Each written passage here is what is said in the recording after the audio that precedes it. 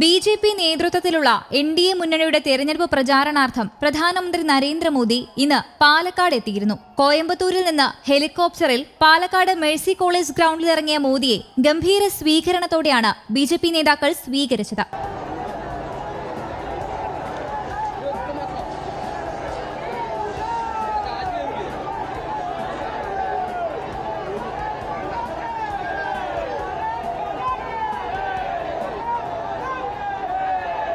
സ്വീകരണത്തിന് മുന്നിൽ നിന്നത് ബി.ജെ.പി. കേരള പ്രഭാരി പ്രകാശ് ജാവദേക്കർ, സംസ്ഥാന പ്രസിഡന്റ് കെ സുരേന്ദ്രൻ തുടങ്ങിയ നേതാക്കളായിരുന്നു.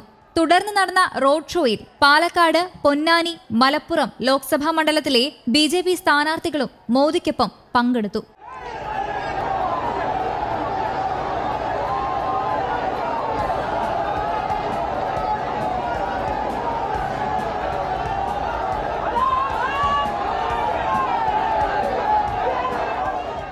വൻ ജനാവലിയാണ് പ്രധാനമന്ത്രിയെ കാണാനെത്തിയത്. ഇത്രയും ഓക്കെയാണ്. എന്നാൽ കാര്യങ്ങൾ കൈവിട്ടുപോയത് കോയമ്പത്തൂരിലെ റോഡ് ഷോയിലാണ്. കോയമ്പത്തൂരിൽ നടന്ന പ്രധാനമന്ത്രിയുടെ റോഡ് ഷോയിൽ സ്കൂൾ വിദ്യാർത്ഥികളെ പങ്കെടുപ്പിച്ചതിനെതിരെ നടപടിയുമായി വിദ്യാഭ്യാസ വകുപ്പ് രംഗത്ത്. എങ്ങനെ നടപടി എടുക്കാതിരിക്കും? വിദ്യാർത്ഥികളെ പങ്കെടുപ്പിച്ചത് ഹനുമാൻ വേഷത്തിലും സ്കൂൾ യൂണിഫോമിലുമായിരുന്നു. കുട്ടികൾക്കൊപ്പം പോയ അധ്യാപകർക്കും ഹെഡ്മാസ്റ്റർക്കുമെതിരെ നടപടിയെടുക്കാനാണ് നിർദ്ദേശം. സംഭവത്തിൽ 24 മണിക്കൂറിനകം റിപ്പോർട്ട് സമർപ്പിക്കണമെന്ന് ഡിഇഒ നിർദ്ദേശം നൽകി. മോദിയുടെ റോഡ് ഷോയ്ക്കിടെ സായിബാബ കോളനി ജംഗ്ഷനിൽ ഹനുമാൻ വേഷത്തിലും സ്കൂൾ യൂണിഫോമിലും കുട്ടികളെ കണ്ടതാണ് വിവാദമായത്.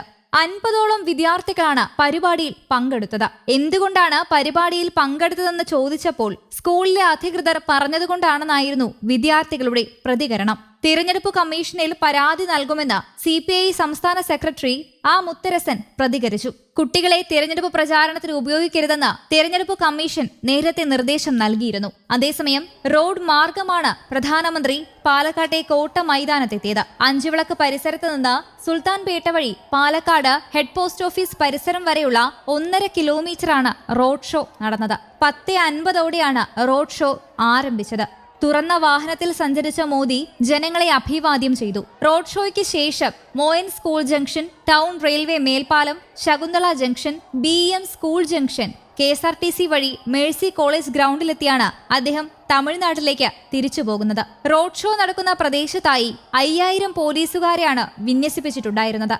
SPGD DIGയുടെ നേതൃത്വത്തിലുള്ള സംഘവും ക്യാമ്പ് ചെയ്തിരുന്നു. വൻ സുരക്ഷാ സന്നാഹമാണ് മോദിയുടെ റോഡ് ഷോയുടെ ഭാഗമായി പാലക്കാട് ഉണ്ടായിരുന്നത്.